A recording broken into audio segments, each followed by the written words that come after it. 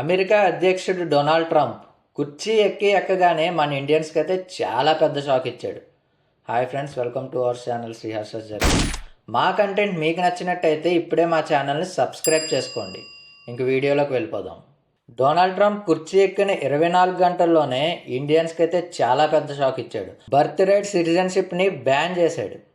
మీ అందరికీ H1B visa కోసం తెలుసు కదా. H1B వీసా అంటే టెంపరీ నాన్ ఇమిగ్రేట్ వీసా.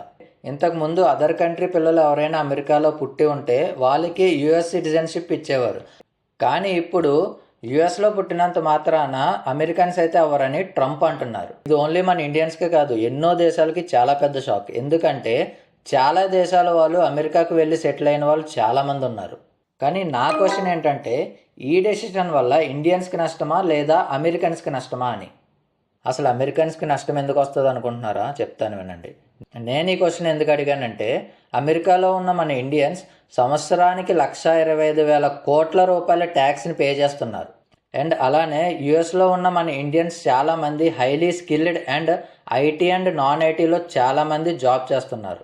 ఫ్రాంక్గా మాట్లాడుకోవాలంటే మన ఇండియన్స్ అక్కడ చాలా కంపెనీస్లో కీ రోల్ ప్లే చేస్తున్నారు. ట్రంప్ తీసుకున్న నిర్ణయం సరైనది కాదని ఇప్పటికే చాలామంది వ్యతిరేకిస్తున్నారు. అలాగే ఇమిగ్రేషన్ గ్రూప్స్ ఎవరైతే ఉన్నారో ట్రంప్ తీసుకున్న డిసిషన్ కరెక్ట్ కాదు అని ఇప్పటికే కోర్టుకు వెళ్ళారు.